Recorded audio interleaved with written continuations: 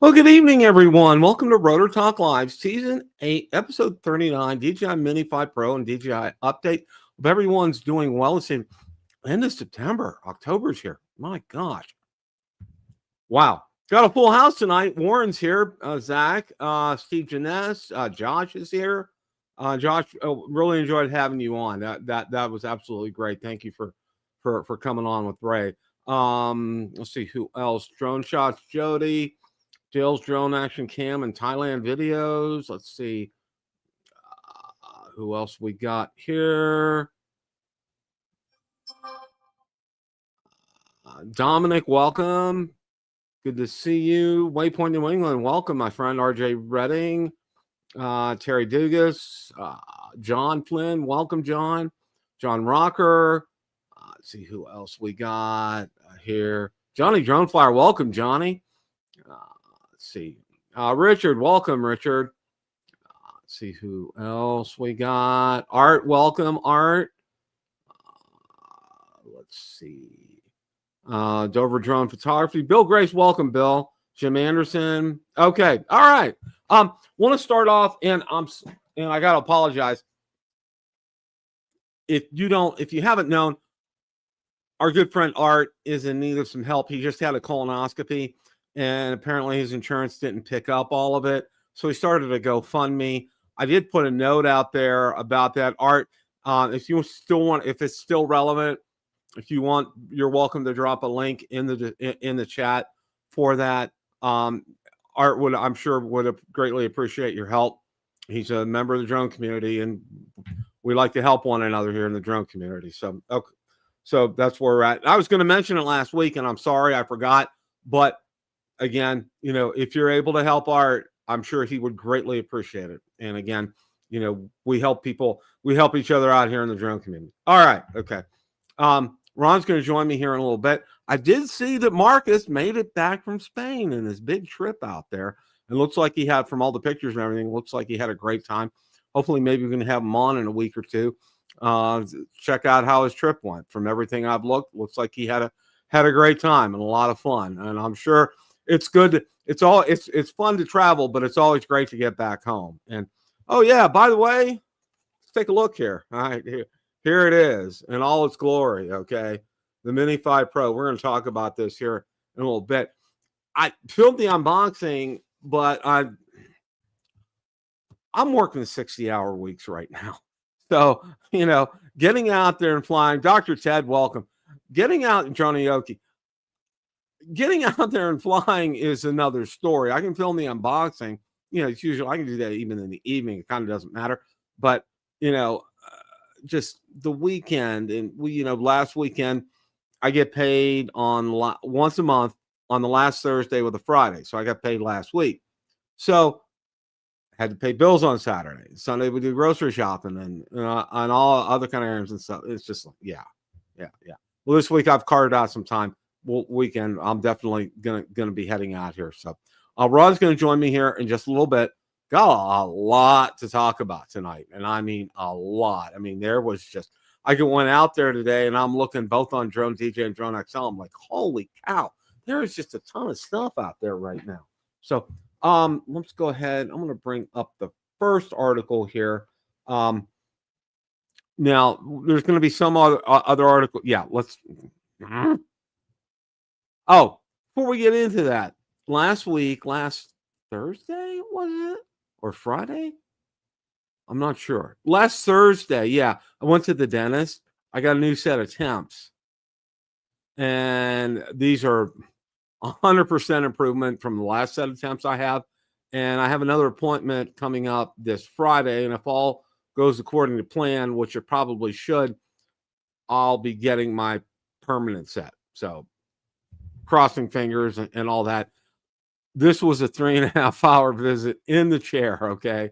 It took a long time. They had to do a lot of adjusting to it. And, you know, this one was a little further back, so they had to line up holes and everything. And it was, just, yeah.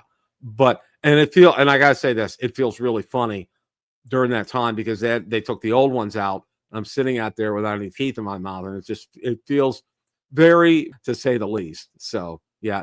And ask me offline sometimes about how it felt to have my abutments pulled out. Okay. They're little metal posts. They're in the back. All right. Yeah. That was funny. Okay. All right.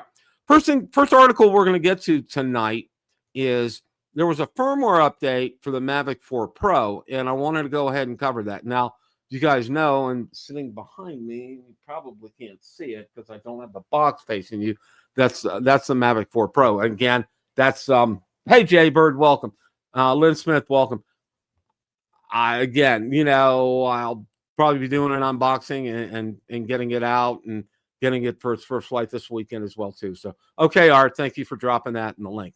Okay, Mavic 4 Pro drone gets even smarter with new firmware, and let's see what it is. All right, biggest change is the ability to switch between focal lengths during video recording, both in normal and slow motion modes. This means creators can seamlessly shift perspective mid-flight without stopping to adjust settings. A clear win for dynamic storytelling. The update also brings dynamic home point support when paired with the DJI RC-2 remote controller, which allows the drone to update its return to home location as the pilot moves, especially useful during long tracking shots or mobile filming setups. Another major upgrade arrives for vertical shooters. The firmware adds lossless and crop vertical mode recording options in portrait mode. This means TikTok, Instagram, and YouTube Shorts operators can now capture cleaner platform-ready content without the compromises of reframing footage later. DJI has also thrown in the usual fix some known issues, though details remain vague. Okay, so that was an update on the Mavic 4. I mean, and it sounds like a good one. I mean, to be able to switch that in the middle of a flight instead of having to stop and do, I mean, that's pretty golden. So kudos to DJI for doing that. So, okay, Art, thank you for dropping that there too. So, check with Art if you feel like you don't want to do it through GoFundMe. Check with him, shoot him a message, and I'm sure he'll be able to hook you up. So, okay, all right. Let's take a look here. What else? Okay. And the Osmo Nano just came out, and what do you know? There's a firmware update for the Osmo Nano. We're going to go ahead and take a quick look at this here. The new firmware introduces slow motion video playback support. Supports 4K slow motion recording at 120 frames per second. Firmware adds the ability to play these clips directly, likely when using the multifunctional Vision dock or paired devices. For creators, that means less guesswork in the field. You can now review your clips in their final slowed down form instead of having to wait until post-production. It's a small but practical improvement that makes the workflow more intuitive. Beyond creative options, the update also optimizes power consumption and heat management. So, all right, that's it for the Nano. I don't know has anybody got the Nano? Drop it in the comments if you have. I'm real curious to see what you guys think of it. I really haven't seen. I've been so busy. Work has been so busy, the Monday through Friday stuff, and then on weekends I've been consumed with other stuff as well too. And hockey season starting, so I'm starting up my podcast again. So yeah, I'm going full tilt right now. So yeah, if anybody has gotten it, drop it in the comments. I would love to find out. That would be great. That would be absolutely great. So okay, see what else we got coming up here. Well, DJI just, ever so slightly, quietly dropped a new drone on us. I'm like, okay, all right. Well, let's take a look here and see. DJI quietly drops Mavic 3 TA drone with thermal precision boost. Okay. Key thermal improvements. The headline change in the 3 TAs, it's refined thermal camera. DJI explains the new unit features a 41.2 degree DFOV, diagonal field of view, and a 60 millimeter equivalent for focal length while preserving the same 640 by 512 resolution as before. In contrast, the original 3T used a 61 DFOV and a 40 millimeter equivalent focal length. These tweaks suggest DJI is narrowing the thermal field of view, trading off breadth for potentially improved object discernment in mid to long ranges. Okay, so that looks like an update there. Beyond the thermal side, 3TA largely preserves the strengths of the 3T. DJI has rolled firmware updates for that as well. So and you're free to read that article again. You know, I do post all these articles out on Bill the Drone Reviewer Facebook group and page, so you can have that. You know, I'm going to give myself a gift for Christmas, okay? I'm getting a new chair. I've had this chair probably as long as Rotor Talk, because I got this new when we lived in our other house. So this is about 7 or 8 years old. The pneumatic arm on this, okay, most of the day, I'll say, you know, 3/4 of the week is probably okay. But then there's a day like today, it goes down, it goes down, it goes down, it goes down. And there's nothing you can do about it. So yeah, it has seen its better days, and I'm gonna take care of it appropriately and get a new one. So and I got my eye spied out for one of them as well. So that'll be from Bill to Bill, Merry Christmas. Okay. So, and that's what Valerie says. Valerie goes from Bill to Bill, Merry Christmas kind of thing. So very welcome. Hey, good to see you. Long time no see, my friend. Hope you're doing well. Been a minute. Thank you for stopping by. Appreciate that. Oh, we have a celebrity in the house. We got Barry Markowitz here tonight. Barry, did you get the Osmo Nano? Let me know if you got the Osmo Nano. I'm really kind of curious about that because I haven't really seen a lot of feedback about it, and just really curious to see what people think about it. So, and again, that goes for anybody as well too. That if you got that as well too here. You know, when DJI's introduced a product and it's not been out a long time and they drop a discount on it, it's probably not selling real well. Well, that's what I think the case is with the Osmo 360. They did drop it down in price, $549 for the standard combo, $699 for adventure.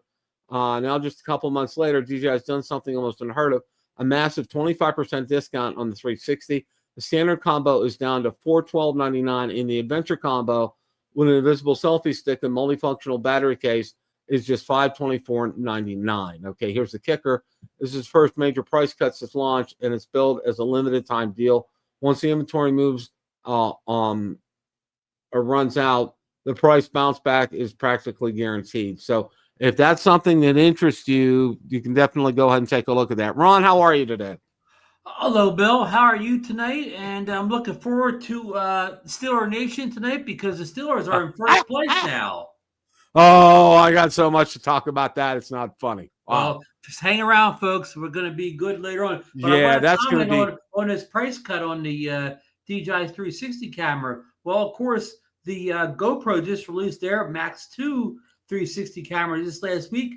So unlike drones where DJI doesn't have a lot of competition, they got the GoPro product. They have the Insta360 products. So the 360 camera market's not as easy to walk away with as it is in drones. It's competitive out there. Yeah, and also too, and I said right before you joined me, was the fact it's probably been a slow seller for them. All right, and I, you know, anytime that you see this kind of a price drop not that long after release, meaning they want to prime the pump, they want to get some sales going with this. So I think that's. Yeah, you know, and of course, GoPro came out. They undersold DJI and Insta360. They came in at a $499 price point, where DJI and Insta360 were about $550. So they undercut them by $50 on the price. Okay, wow. So, yeah. Oh, by the way, Ron, Barry Markowitz is in the chat tonight. Yeah, Barry, I saw when I heard back from him, he will get the Nano if they trade for DJI too. I know Barry already has the competing Insta360 product, the little Go Ultra. Is it, Bill? Is that what the new one called, the Ultra? Barry has the competing product from Insta360, the little POV wearable camera. He's a big fan of those little cameras, Bill. Yeah, I know he really is. Like, I know when last I remember him being on it, I think it was probably he was probably on Drone Nation. He talked about the Action too, and he really liked that. So, because I think he used it at the Olympics. I If I'm believe he wrong, did Gary, over that was over in Korea, right? right, Yeah, right. yeah. So that's really kind of interesting there about that. I mean, and again, it said, when they run out of that inventory, that's it for the price drop. It'll go back up to normal price. And again, that really kind of just spurs me on to the fact that this is number one. It's twofold.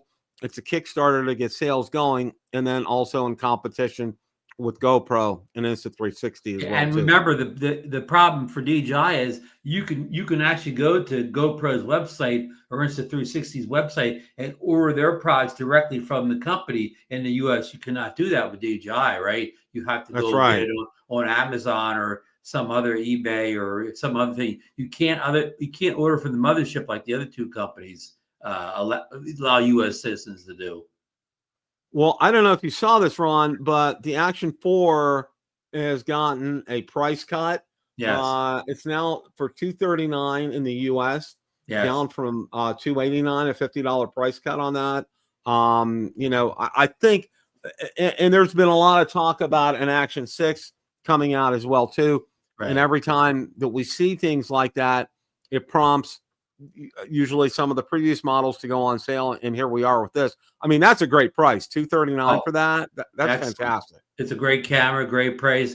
And back to the the Action 6. I mean, we hear rumblings, but we haven't even seen any like good leaked photos, and we don't even have like an idea of specs. So I think we're far out in that, because we would have more of the buildup that you see on the Twitter, the leakers that hasn't really started yet, outside of them just mentioning it, but you haven't got any substance to those leaks. So I don't think we're at 6. Yeah, Jasper or Igor would be having more information if it's been coming soon, and we really haven't seen a lot from them on this. Now, I don't know, correct me if I'm wrong, I don't think there's been an FCC filing on this or not, Ron. I don't know if I've seen that. Not that I'm aware of, Bill, but okay. I'm not positive. And I think I think maybe why we're not seeing an Action 6 is they kind of, just like GoPro did with the Max 2, it looks like they're not releasing a Hero Black 14 because they put all their eggs in one basket with the Max 2, and DJI may have put all their eggs in one basket with that Nano you just talked about, Bill, that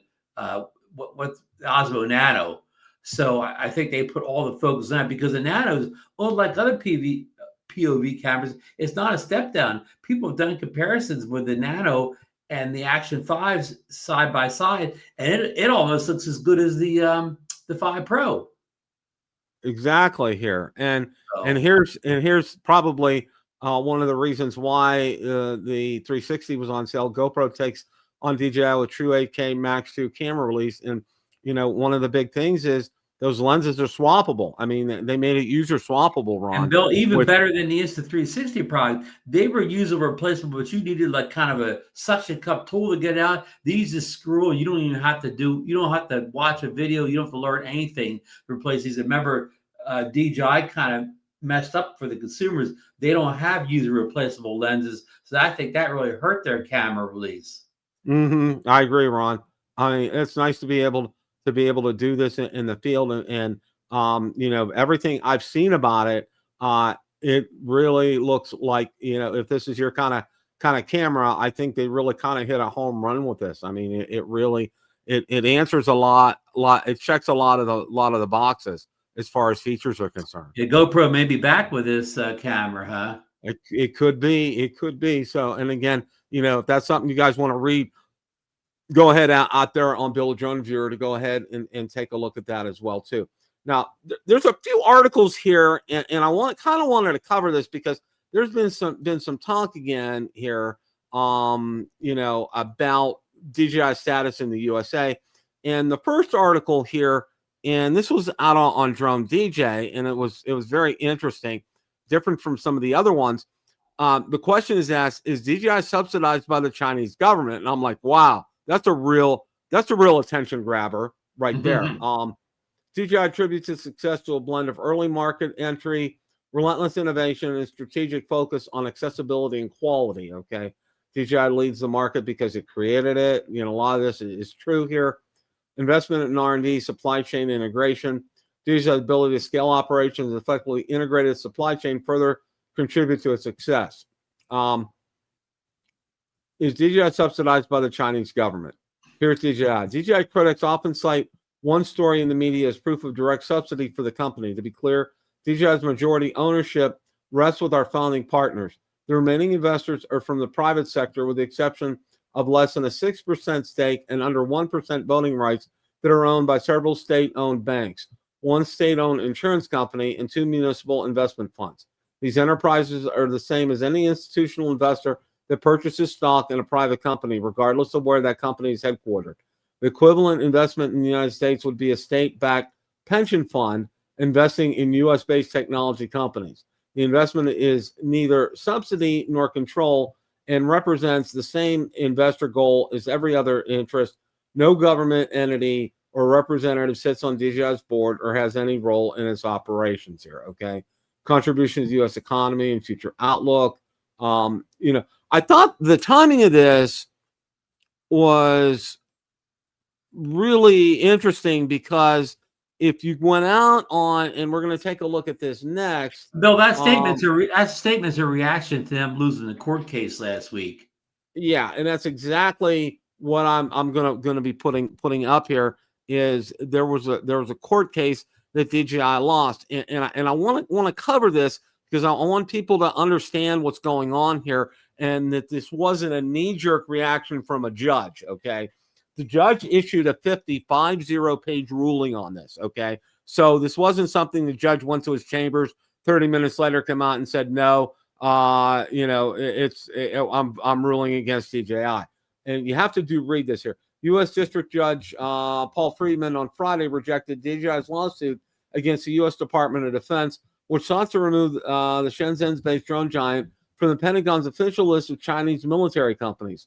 For the world's largest drone manufacturer and thousands of American drone pilots, the decision is more than just legal paperwork. It's about whether DJI drones, which dominate skies everywhere, from construction sites to neighborhood parks, can keep flying freely in the U.S. Okay, let's start with the basics. You know, and I'm not going to go over the basics here, but I do want to cover DJI's argument. We're not military owned. DJI sued in October 2024, claiming the DoD decision was unlawful and misguided.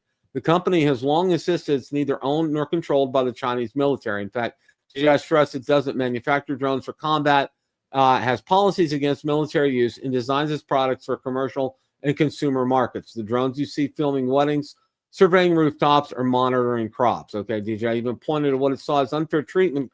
Companies like Volkswagen, China, or Nokia Bell also received Chinese government subsidies and hold state designations, yet they weren't blacklisted. Why us and not them was essentially the message. Judge didn't buy DJI's plea. His 49-page opinion lays out the reasoning. The central issue, DJI's recognition as a national enterprise technology center by China's powerful National Development and Reform Commission. That designation isn't just a gold star. It comes with subsidies, special tax breaks, and financial support from multiple levels of government. To the judge, that amounted to receiving assistance from the Chinese government under Section 1260H. In U.S. law, that's enough to make DJI a military civil fusion contributor, an item that covers companies straddling civilian innovation and potential military use. And because DJI's drones clearly have substantial dual-use applications, meaning they can serve civilian markets but also be adapted for battlefield surveillance or even modified to drop explosives, the court found it reasonable to call DJI part of China's defense industrial base. DJI countered it does not sell to militaries and that plenty of Western companies also receive government subsidies. But the judge ruled the Pentagon has broad discretion to decide who goes on the list and who doesn't. In other words, the government can put company X on the blacklist while leaving company Y off, even if their situations look similar. That argument was a big blow to DJI's case. What this means for U.S. drone pilots, the clouds are gathering.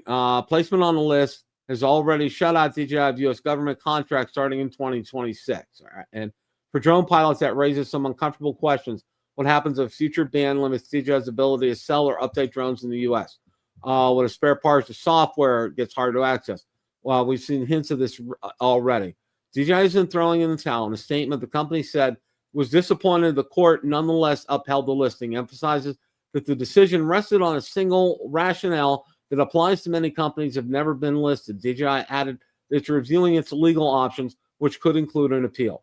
The company also struck a defiant tone. DJI's success is built on relentless innovation, and the market continues to choose our products and their reliability, safety, and accessibility. We remain committed to serve our U.S. customers and partners, and we call for fair competition in the United States.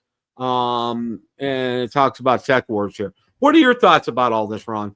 Well, one thing, I don't know if this is a Drone XL, but Drone XL article even mentioned that at the end, the judge even admitted that the evidence proving that they were a Chinese military corporation, what he said it wasn't bulletproof. So even the judges, he makes a ruling that says the evidence isn't bulletproof. So I think the deck was stacked here. You had some worrying about the government, having the right to put anybody they want in this list, and it looks like they do. And even if it can't be fought legally, so the deck was stacked against DJI coming in. A judge won't rule against the government's decision, even if the evidence is not conclusive.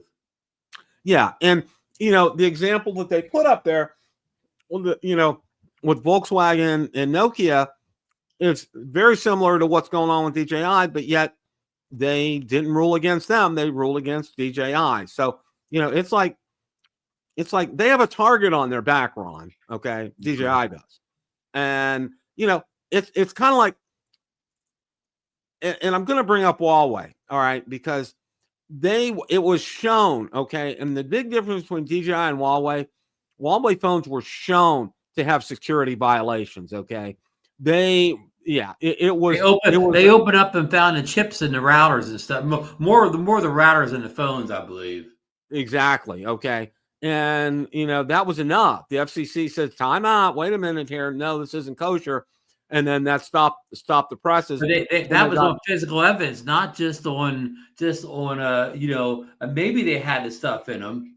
Yeah. Okay. This wasn't circumstantial. This was concrete proof. Okay. There was absolutely no doubt that this actually happened. All right. And that's why there's no U.S. government examination of DJI drones, because they know they'll find nothing, and that'll make their case look worse.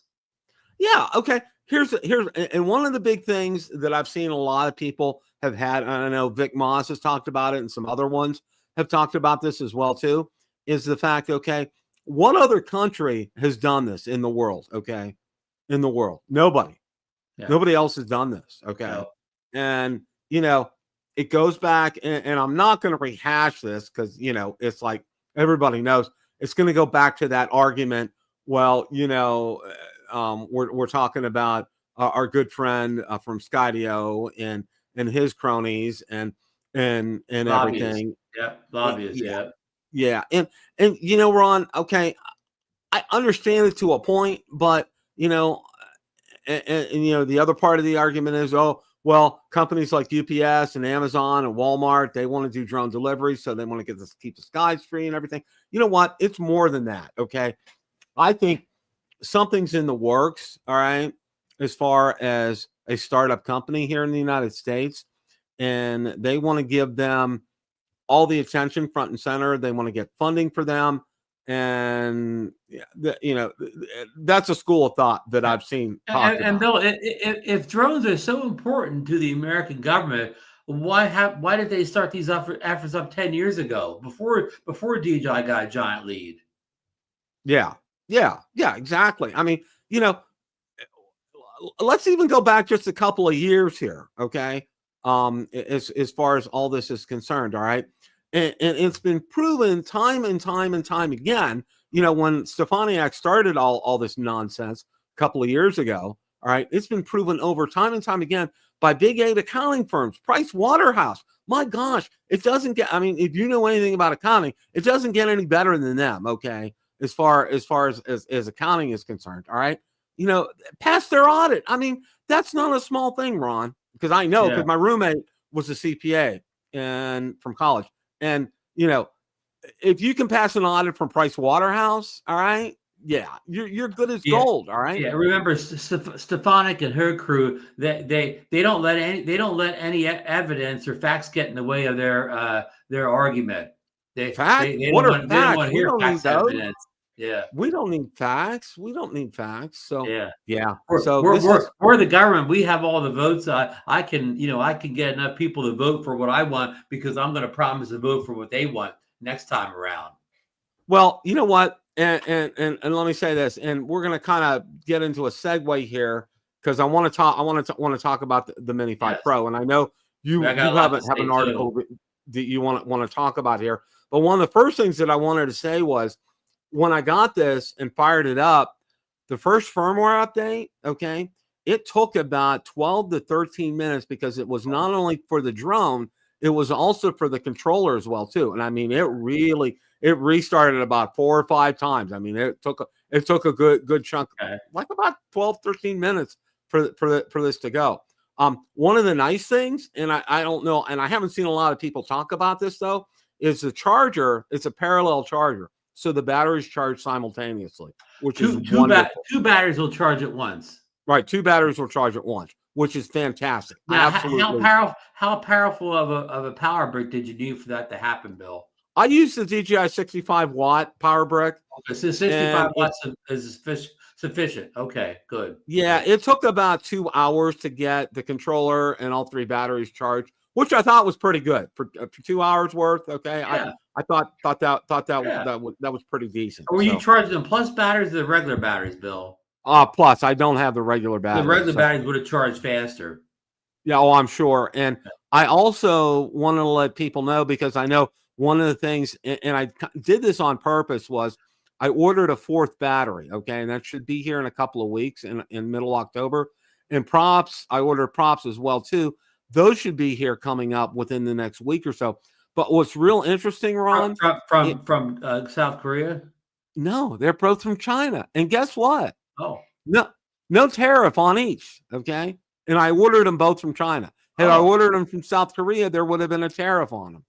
Crazy. Hey, that's crazy, but listen, go to the Drone Okie's first comment about 2 more comments back from that. The plus batteries will not charge in parallel, and he said it's in the manual. I did hear that. So you won't be able to use that charging at the same time with your plus batteries. That only works with the standard batteries, Bill. With the standard, okay. Thank you. That's thank you, John. Good information, John. Yeah. So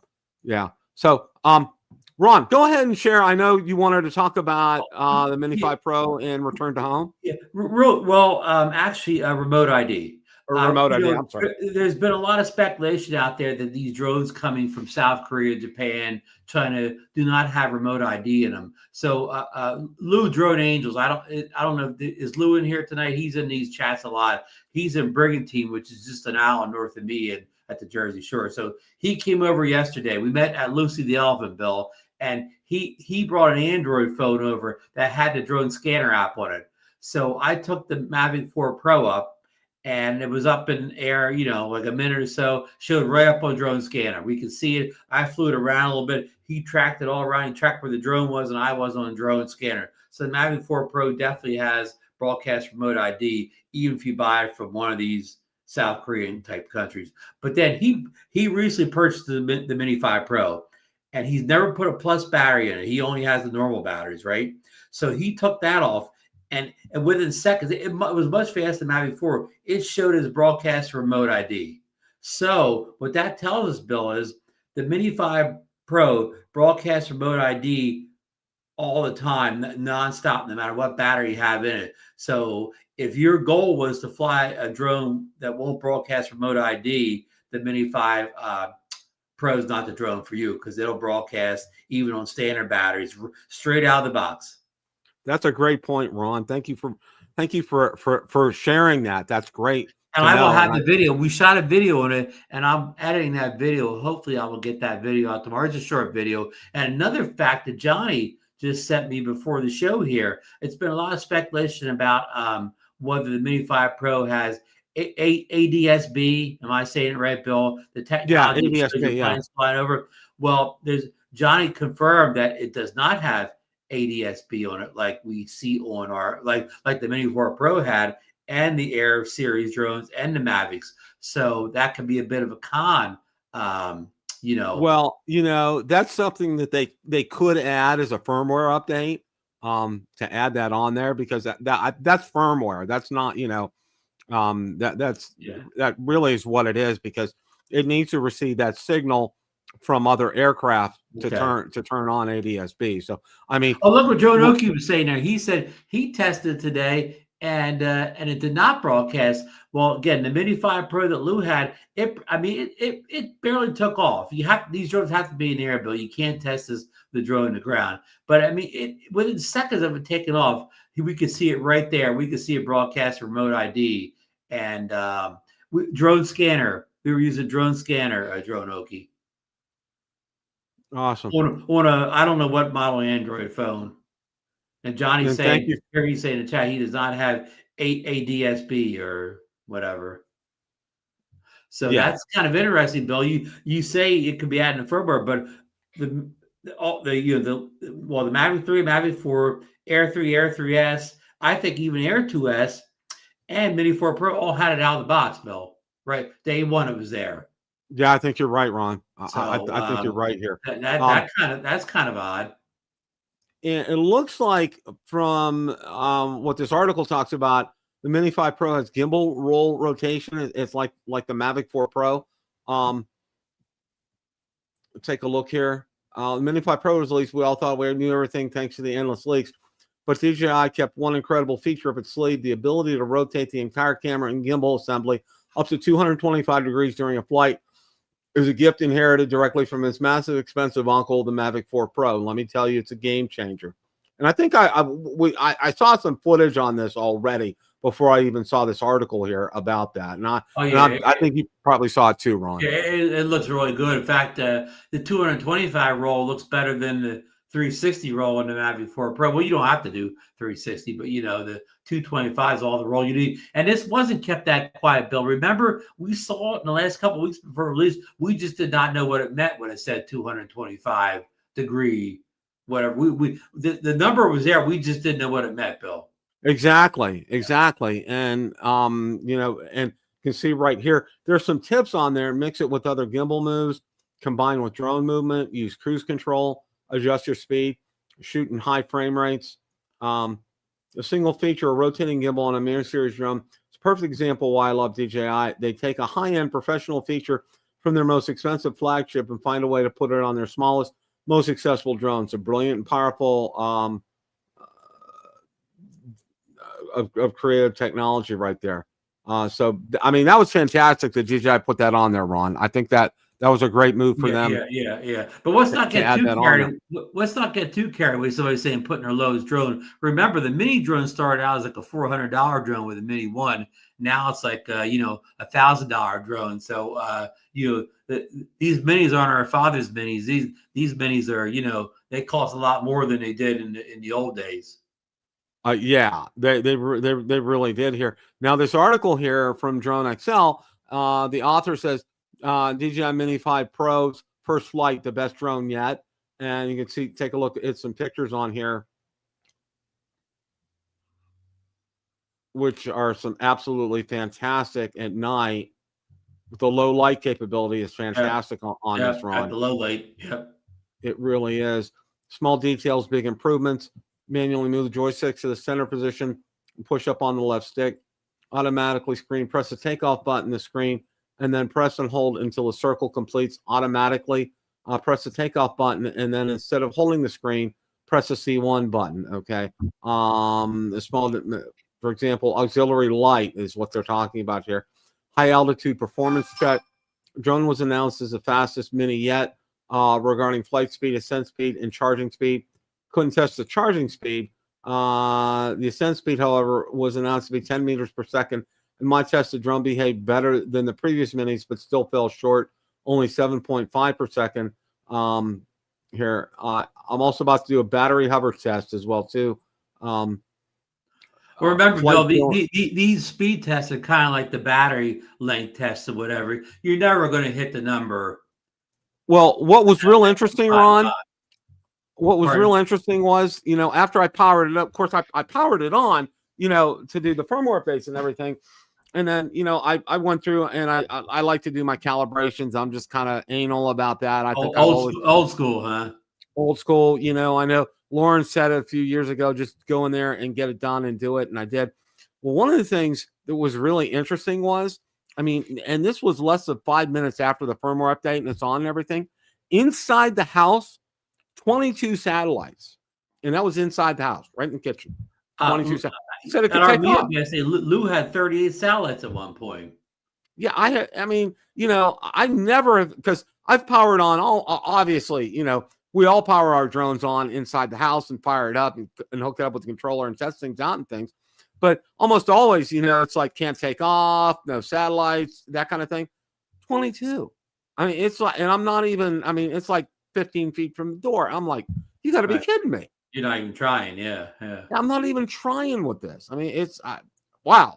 That's just absolutely crazy. When I tried to fly that little V-copter first time, I had to walk it all over the street for it to get enough satellites to take off. I had to walk around holding it above my head, hoping it would lock some satellites in. Well, one of the things that people were really just, and I don't want to spend too much time on it, but I do want to acknowledge this here. Okay. They had an article, Transport Canada clears DJI Mini 5 Pro despite weight variance concerns. Okay. And there's an article about this that Hay wrote, and I'll definitely let you guys read this. And I think Ron knows this as well too. The reason they found out for this, it was like this big mystery, and then it was solved just like that. DJI added a speaker to the Mini 5 Pro. And the speaker, it's not a PA kind of speaker. It was for the startup sound that DJI has. Every time you do that, somebody thought it was a great idea to put this speaker in there. And one of the articles that I saw, Ron, it was actually quite humorous. It talked about how a lot of DJI engineers, they get paid to save weight with these drones. Okay. Anytime they can shave off weight in something like this and naturally do that, it's a boost for them. And then they go ahead and they add this speaker. Okay. Now, from what I hear and from unofficial sources is they're going to stop putting that in there and it'll still be able to make that sound. Okay. So, stay tuned for all of that. But, the European agency and now Transport Canada says, that this isn't a problem as far as tolerances are concerned, which, I didn't see people go back, but I wondered about the Mini 4 Pro, that kind of thing. Did that fit the scale? That was weighed many times, and a few people weighted over, but more often than not, it got weighed at 249 grams or less. Yeah, so it's really kind of a non-issue as far as that was concerned here. Okay, now Sean did a great video, and I did not get to see it, but everybody had some good comments about it. But I did want to talk about this here. Is the Mini 5 Pro next gen return to home demonstration? Okay, it is a good one. And you want to catch this because Sean. And see, the thing I love, Ron, about he took it from under a tree canopy out into the wild and then brought it back. And he did a second time where it came under the tree canopy and had to turn a quarter and it still landed on the pad. Yeah. That is just absolutely amazing to do that. Okay. It's absolutely fantastic. Now I'm going to test it. What I'm going to do is I'm going to take off inside my garage. Okay. Right. And then, watch it come back in. And what I'm going to do is I'm going to do it with Valerie's, with her. I'm going to make sure her car's out, but I'm going to make sure I'm going to take off like facing my truck right away and then go to the side and then come out because I wanted to test it to see if it comes in, stops when, it sees my truck and then scoots around it and then lands on a landing pad. So cool. Have you got to fly it yet, Bill? No, I did not, Ron. It's just my work has been absolutely crazy this past weekend. Saturday we paid bills, and then Sunday grocery shopping and football, and boom. There's my weekend. There's a weekend going. Hey, Mark White points out in the chat that the speaker weighs 1.8 grams. Okay. The drone does talk to you. Yeah, Mark, it does. I just, wow. Well, Yeah. maybe when I Yeah. go out Yeah. in the field and I want to listen to a little music, I could just play it over the Mini 5 Pro speaker. All right. And see what Joe just posted here. Johnny did a return home test today and we were not impressed. Did not follow the takeoff path coming back. Just saying, Oh, wow. wow. Okay. Wow. Thank you, Joe, for posting that. That's Well, interesting. Johnny needs to trade his in for the one that Sean from Air Photography has. Yeah. Yeah. Because that worked without a hitch. I did see one of the pictures from it, although I didn't watch the video with that. So all in all, so Ron, the $60,000 question is, have you ordered your Mini 5 Pro yet? Well, I'm still looking around, trying to get the right price and the right kit and everything, for my needs here. As many of them as they're readily available, and still trying to find one that fits my needs at the price I want.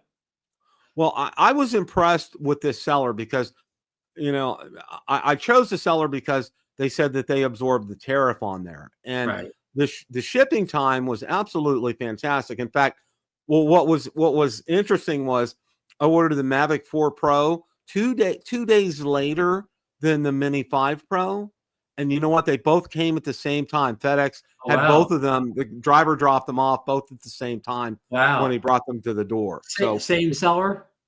And that was a different seller. It was the DW Store 13. I got the Mavic 4 Pro from. But yeah, and then they had a business card, and then on top of that, they had an adapter, like a European adapter. If I needed that on top, they included with that, which was good. Now which drone is this, Bill? That's the Mavic 4 Pro. Okay, yeah. 4 Pro. I got. He put the business card in mine, and of course, I got that whole box. I got the box full of adapters for every country in the world inside. Wow. And I don't know. I guess maybe from Japan, because Marcus got it too, but not everybody gets that box. Maybe South Korea doesn't send it, but you get a little thing in there, adapter for every country in the world. I'll have to show the box. Okay. I think I showed the box off in my unboxing. Yeah, Dale's drone. That's who I got. The Mavic 4 Pro from, was the DW guy. Hey, Bill, this is just an observation here, but it seems like, Bill, the people who ordered, we'll say the Mini 5, probably Mavic 4 the same way, but Mini 4, the people that ordered Mini 4 with free shipping, when they got free shipping on it, they seem to be the one that have to pay the tariffs and duties. But the people that paid shipping, and sometimes shipping can be $100, they seem not to be charged any tariff or duty. So it's one of those things, you're going to get hit either way, whether you want to just pay the shipping up front and not have to worry about the tariffs, or whether you want to go free shipping but have to pay, like Johnny had to pay, like I think he said $47 and something like 2 cents or something like that, or whatever. So you're going to pay one way or the other, just no matter how you want to do it, Bill. Yeah, and Jamie's question is, when you ordered on eBay, you could get that AllState insurance. Yeah, I did do that. And Jamie, whether that's any good or not, I have no idea, but it is available if you order from eBay. Now, it's run by Square Trade, and Square Trade's been around for a long time. That's who AllState contracts it through. So, and everybody that said that's using, because they're out on Amazon. Okay, like when you buy something on Amazon, they offer Square Trade for their protection plan, and sometimes Asurion on Amazon. But I know Square Trade; they've been around a long time, and people have had good results. They've been insuring camera gear long before there were drones. And that John Rocker, State Farm is best.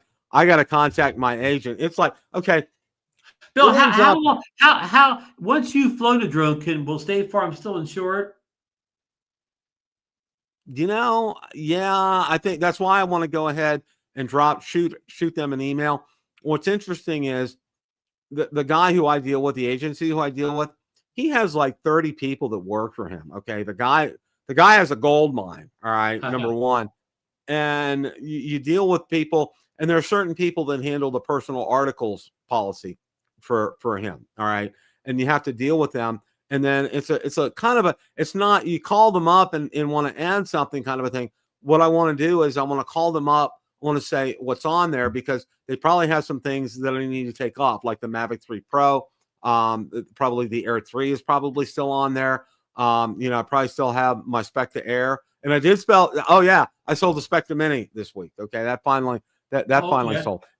And what's real interesting is, and a lot of people, and I wanted to get this out there, and before I forget, is the Spectre. You can still buy the batteries for the Mini and the Air on Amazon. However, the drones are not for sale out there, and I haven't. I'm going to reach out to my contact to see what's going on with that. I don't know. I don't know what's going on. Now, there was another article, and I didn't post it, but I wanted to talk about it. Was apparently DJI is starting up some more shell companies out there to try to sell drones through them as well too. They talked about the Hover or the SkyRover, which we had Rick Smith on. He talked about that as well. And there's a couple other ones that are out there that people have done some digging and have tied it back to DJI. So, I don't know if this is something. I think Jovi Star is the one that popped up over the weekend in the articles. Jovi Star, I think it was called, the shell company. Jamie, yeah, it depends on the seller, okay? Whether they offer it or not. I mean, that's all I can tell you. But you can call, you can get the policy independent of what it says out on eBay, okay? You can look up AllState protection plans or Square Trade and go out there and get that on your own. It doesn't necessarily, you have to purchase it at the time that you purchase the drone. So go out there and take a look. Now, I know I've dropped a link in the description here for the video about the protection plan. So please go and click on that link and check that out as well too. And if you have State Farm in your area, call and see if they will honor personal articles policy.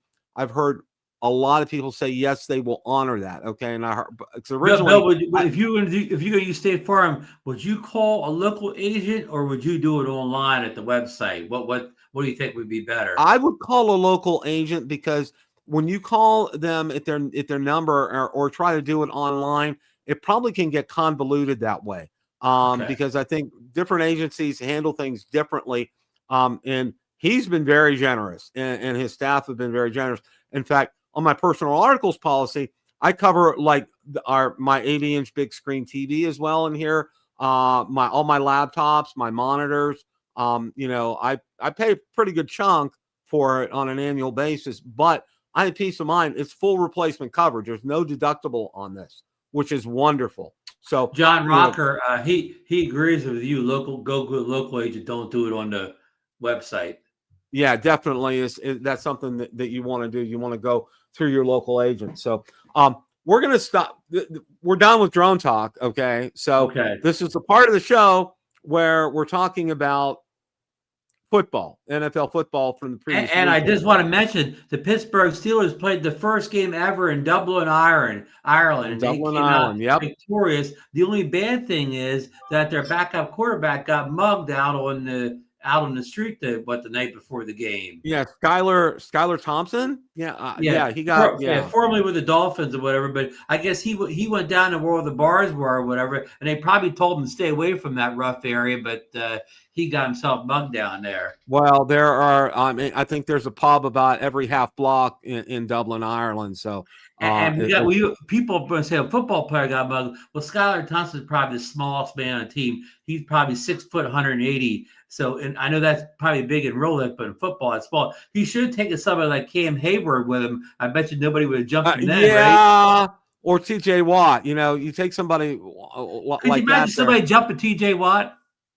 Yeah. Okay. Well, and I got to say this. All right. Anytime the Steelers get a win, I'm always happy when the Steelers win, Ron. Okay. Right. But I'll tell you what. All right. Again. All right. 4th down, less than a foot. What do you do, Ron? It's a quarterback sneaker running right into the line. Yeah. Okay. What does Tomlin do? He punts. Well, that was the thing to do 20 years ago, but this is new NFL. You got to score all the time because the other team's going to do it. This is a direct quote from him, which I put out on the Steeler page. Okay. We don't live in our fears. Okay. Oh, okay, Mike. Then what was that? All right. That sounds And like then something Franklin Roosevelt would have said during World War II or something. and his clock management, Ron. Oh my gosh. All right. Because I watched, because the game was on NFL Network. I could see the whole You didn't game. miss this I one. was like doing this half the game. I'm like, really? Okay. No, I already forget who were they playing. The Vikings. Vikings. Okay. Who actually that's a team, that's a team that could have beat them. So they weren't playing some bottom of the barrel team. They were playing a team that could beat it, but they were playing with their backup quarterback, Wentz. Yeah. And then Dre, yes, I still am on the Fire Tomlin bandwagon. And I'm going to say this. It has absolutely nothing to do with the color of his skin. It has everything to do with his ability to coach. Okay. I'm going to tell you right now, one of my favorite coaches in the NFL is Todd Bortles, the head coach of the Tampa Bay Buccaneers. Okay. I would do cartwheels to have him be head coach of the Steelers. Okay. Do cartwheels because he knows what he's talking about. Tampa's not going to let him go, Bill. Oh, no, they won't let him go because they know they got somebody good. Okay. And Rooney with Tomlin, my gosh. Okay. The guy is, there are two things that Mike Tomlin does well. And my friends agree with me. One, his word salad, okay? And you know why he's so good with his word salad, Ron? He majored in English in college, okay? Yeah. That's why he's so good with that. And the other thing is, Bill, why don't you promote him to announcer then? Promote him from coach to announcer. Yeah. He should, he should go the way of Bill Cowher. The NFL Today, get him on there. Be a talking head between games or after games, right? Get him on ESPN, get him on Fox or whatever. Have him be a talking head. Sit at the table. Get his $10 million a year. Ron, do you know how much he makes a year? Yeah, I hate to $20 million a year. Well, he's had the job forever, so the longer you're there, the more you make. I mean, like I said, my one friend said, yeah, there's something else he does good besides word salad. Was he go to the Steelers office to pick up his paycheck each week? I'm like, man. I do want to shout out, Bill, that your running back Warren. What's Warren's first name? Your running back, been there for a few years. Jalen Warren. Jalen Warren. He couldn't play. Something happened. He was going to play, but before the game, he couldn't go. So ex Philadelphia Eagles running back Gainwell gets his chance to shine. Gainwell ran for almost 100 yards and caught a bunch of passes. Gainwell was one of the stars of the game for the Steelers. Yeah, he played pretty well. But then again, Tomlin's out there puffing his chest, saying, look at our defense. We have one of the best defenses. In the fourth quarter, Ron, it was like walking through warm butter, okay? The Vikings just marched down the field. If they had more time, as I told one of my Steeler friends, if they had more time, they would have tied the game up, and they probably would have won, okay? And remember this, Bill, they were going against the quarterback, Wentz, who's been like on a 6th team in 6 years or whatever. You know what I mean? They weren't faced like a quarterback that's anything. Again, he's bounced all around the league. He's a journeyman quarterback, Ron. He's like Flacco. Flacco's going from team to team to team. Same with him, okay? Yeah, it's like, where's he going to land this week kind of a thing. Hey, watch out, Bill. He could be a Steeler. He's kind of candidate for the Steelers, right? Somebody they could bring in next year or in the future. You know what? The Steelers are going to have a good week this week because it's their bye week, all right? Yeah, which is good for them. Oh, and then the other thing was, all right, and this just absolutely floored me, all right, was that the Ravens got pounded by the Chiefs. I mean, and Lamar Jackson got. Remember the time when the Ravens had a good defense? Well, guess what? They don't make defense at all now. Oh, no, their defense is absolutely horrible. So it's going to make these games against the Steelers interesting, okay? Because both teams don't really have a defense. Well, hopefully you can play the Ravens before the quarterback gets back. Yeah, Lamar Jackson. Yeah. Because their backup quarterback is the old Cowboy Copper Rush, who's a good backup quarterback, but he's strictly backup. I mean, Copper's not going to go out there and do any plays or whatever, Oh, yeah. So it's, I think Lamar Jackson, I think he'll be back by the time that they because obviously Steelers have to play them twice. So Right. that's going to be a real just wow. I don't know what to say. I really don't know what to say about that, Ron. Get your popcorn out for those games for all the scores, Yeah. right? Yeah, that's good. Those are going to be real barn burners here. Okay. And everybody's like, oh, yeah, the Steelers are 3-1. They're leading the division. And I'm like, okay, let's take a look and see who they beat here. These powerhouses, they beat the powerhouse New York Jets. They beat the powerhouse New England Patriots. And they beat the powerhouse Minnesota Vikings. Well, the Vikings, who are a good team, but they don't have their starting quarterback.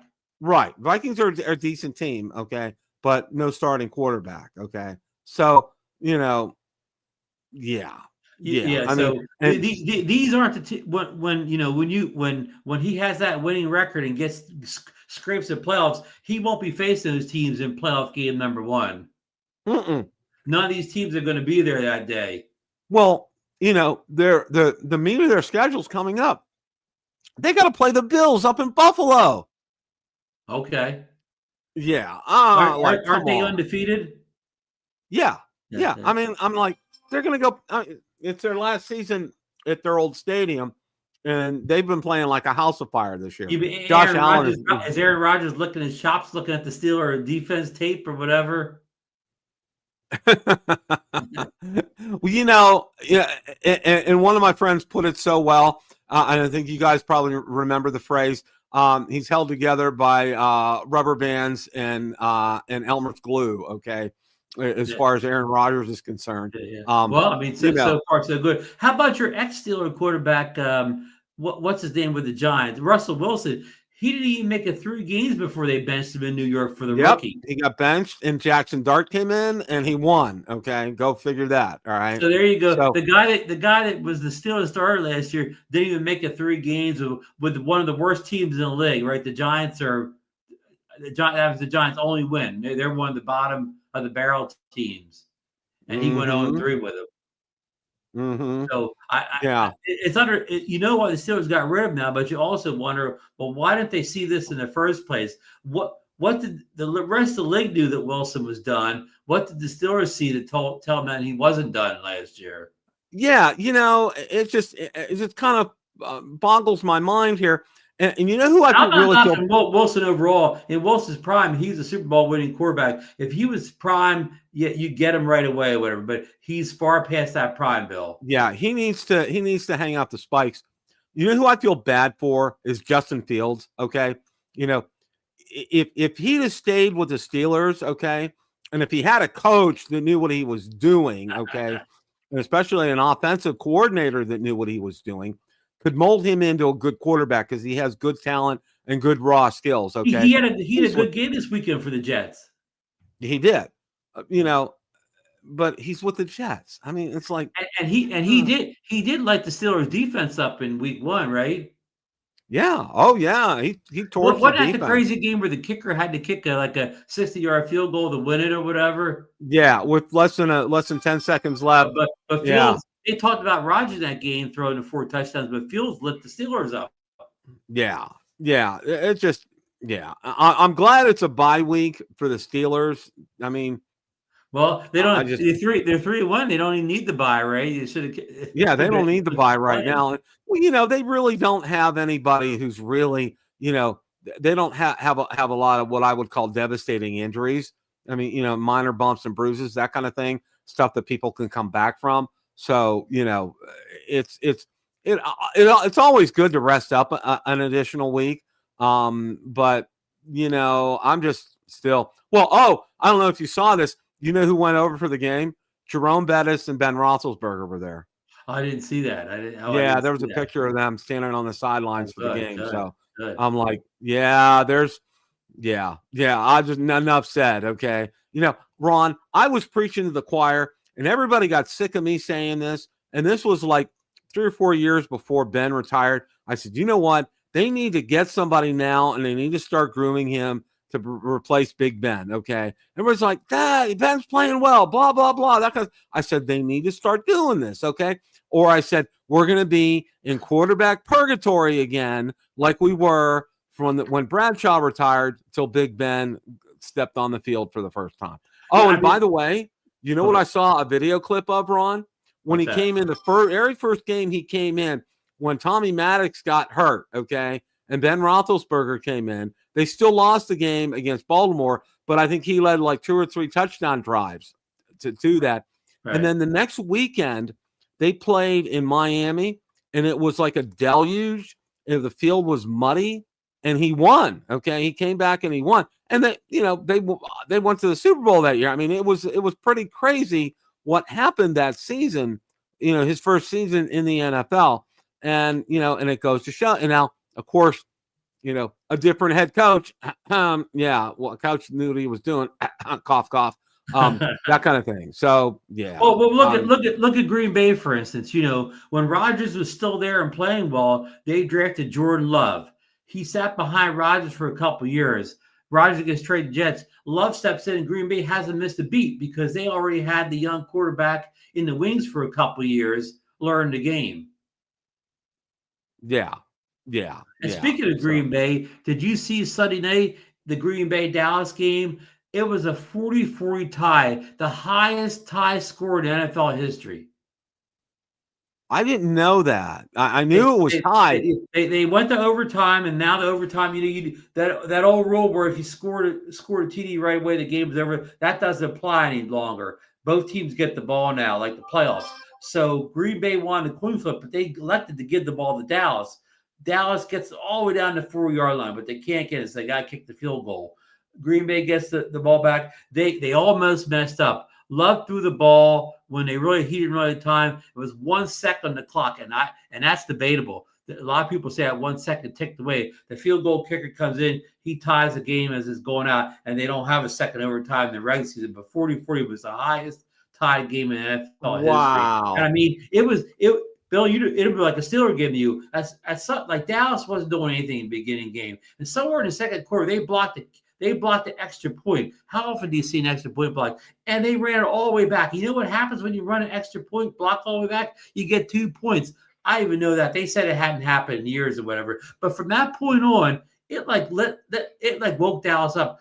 I think they scored on almost every drive the rest of the game, whether it's a touchdown or field goal or they turned over. But they just went on a scoring streak the rest of the game. And of course, Green Bay had to keep up with them or whatever. So what started out as a kind of a boring game, looking like it was going to be a Green Bay blowout, turned out to be one of the best games you've ever seen, Bill.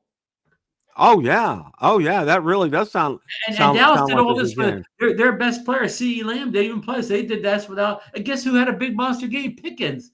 Pickens stepped up and played like a star. He had 2 touchdowns, a whole bunch of catches, like 130 yards and whatever. But the difference is, C.E. Lamb works with him or whatever. Lamb's always on his case or whatever. Pickens, remember how he used to act kind of funny in Pittsburgh? Mm-hmm. Well, C.E. Lamb's on him the whole time. Lamb doesn't let him get away with anything or whatever. So they got him reined in over there. I guess he didn't get that type of leadership in Pittsburgh where somebody's got to drill him in. And I'll say it again, Ron. All right. In a couple of cases, AB, Antonio Brown. Now, I really think what happened when he got hit by Burfict against the Bengals in the playoff game. Yeah. I really think he had, unfortunately, I think he got some brain damage. I really do. Because, it was after that, he just started going downhill. It wasn't like he was the same person anymore. Yeah. No, he was not the same person since then. And he started doing some really strange things. All right. But Le'Veon Bell, okay, he was spouting his mouth off about wanting, big fat contract and all this. The Rooneys weren't budging. He ends up going to the Jets. He falls flat on his face. All right. Well, part of the thing was, and it's a well-known and it's well documented. All right. Tomlin is a team. He's a player's player. Player's coach. All right. Yeah. He buddy with everybody on the team. Okay. He never calls anybody out on the team. All right. He never disciplines anyone on the team. And it's the old saying is, spare the rod, spoil the child. I disciplined my kids while they were growing up. One of them turned out okay. No, I'm just kidding. But that's the thing. You got to discipline sometimes. He comes from the Barry Switzer School of Coaching. Yeah. Oh yeah. Everybody's buddy. All that kind of stuff. You know what? That don't fly. Okay. you gotta call some people in and hold them accountable and stuff. All right. And what was it? And I saw this, and it was one of the linemen that played for Bill Cowher, and said, you knew when he came into that room, okay, all the commotion, everything stopped, okay, because when he spoke, we listened to him. All right. And Joey Porter, he would stand back from him because Cowher would be so vehement. All right. And Cowher would spit. You couldn't get close to Cowher because he'd spit on you. But he got in your, and there was no, I mean, you can see video highlights of him. He would go up and down the sidelines during a game. If somebody screwed up, he let them know about it in no uncertain terms, okay? And you make that mistake once, you make them twice, you're no longer a Pittsburgh Steeler. He's for the Chuck Noll school coaching. Oh, yeah. Yeah. There was no question about that. Oh, Mike Tomlin, he's just there like this, standing there with his hands folded and just listening. And never takes that headset off. Never takes the headset off. And you know what? He's been wearing the same hoodie for like the last 3 or 4 games. Okay, it's the same hoodie. Somebody goes, that must be his lucky hoodie. Somebody goes, I hope he's washing it. I'm just like, come on here. It's ridiculous. It's just absolutely ridiculous. All you can say is 3-1, and we'll see what happens in 2 weeks. Yeah, we got the cream of the crop of the schedules coming up, so it's really, Well, at least Tomlin has a while to get his game plans ready. Bill, he can get game plan it all out. Oh yeah. Well, you know what he's probably doing this week? He's probably helping his wife with her T-shirt business. Okay. His wife owns a T-shirt business. I kid you not. And you know what the T-shirts are? They're all Mike Tomlin sayings. Okay. Yeah. One dog. Can I order a standard T-shirt, Bill? Yeah. Okay. 2 dogs, 1 bone. All right. That's on a T-shirt. And that's one of the things he tells the players. 2 dogs, 1 bone. Okay. And then another one, the standard is the standard. I just laugh. I'm like, that's the one I want. Hey, can you imagine me walking around, people saying, well, what does that mean? Yeah, I'm still trying to figure that out myself too. So any closing thoughts, Ron, before we wrap things up? No, it's just the Mini 5 is such a it's such a good drone, but it's such a drone rabble in mysteries, because we have some people say it has ASDB, some people say it doesn't, some people show remote ID, others don't, some people weigh it different. It's a drone that's kind of all over the place. And I've been talking to the Gorilla Man a lot lately, and he bought the drone, and he's been talking to DJI support, and they tell him one thing, and then the next day, everything he told him is proved wrong. So you can't even get a straight answer from DJI on these subjects, weight, remote ID, ADSB, or whatever. Like, it's a drone that's, it's a mystery drone, Bill. There's a lot that, we don't really know the fine details. And I'll be interested to see you go through your process and maybe kind of see your results. And it seems like just because you get a certain result, the other person may not get the same result. So, I mean, I don't know what to say on this drone, except that, it seems like a great drone as far as, camera quality and all that. And none of this stuff doesn't make it good. Whether that waste has nothing to do with making a good drone, or whether broadcast remote ID doesn't mean anything about being a good drone. But just these little details, they need to be sorted out, Bill. Yeah, I agree, Ron. Well, the one thing that I can say that I found odd was in this initial firmware update, it added master shots. Okay. And I thought, that was interesting, because I thought it would have come from the factory like that, because almost every other DJI drone up until that point had it on the Bill, flyout. That shows you his rush released. Yeah, I think you're right, Ron. I think you're right with that. So, and that's why support probably doesn't know the answer to these questions, because it got put out a little fast before all this stuff got documented by their own engineers and testers and whatever. Exactly. So I'm going to get it out this weekend. I'm going to get it out for a couple of flights, and we'll shake it loose, and we'll take a look at some of the features and things. And probably, see how things go. If you haven't ordered, probably the longer you wait, the more the stuff will be solved through firmware updates. Yeah, I believe so. I think probably by the time I go to fire it up, there'll probably be another firmware update that's going to take care of some stuff. So stay tuned for all of this. It's a kind of a work in progress. And also the Mavic 4 Pro, stay tuned for that, because I'm going to get that fired up and Guess get what? that. There's no issues with that baby. The firmware's it's been out long enough. The firmware's rock solid. Yeah, You know, I'm really looking you're not forward going to to see a getting. lot of issues with that bad boy. Yeah, I'm really looking forward to getting that up and having some fun with that. So, all Yeah. right, guys, have a great rest of your week. And as always, remember, it's a Good great night. day to fly. Take care, everybody.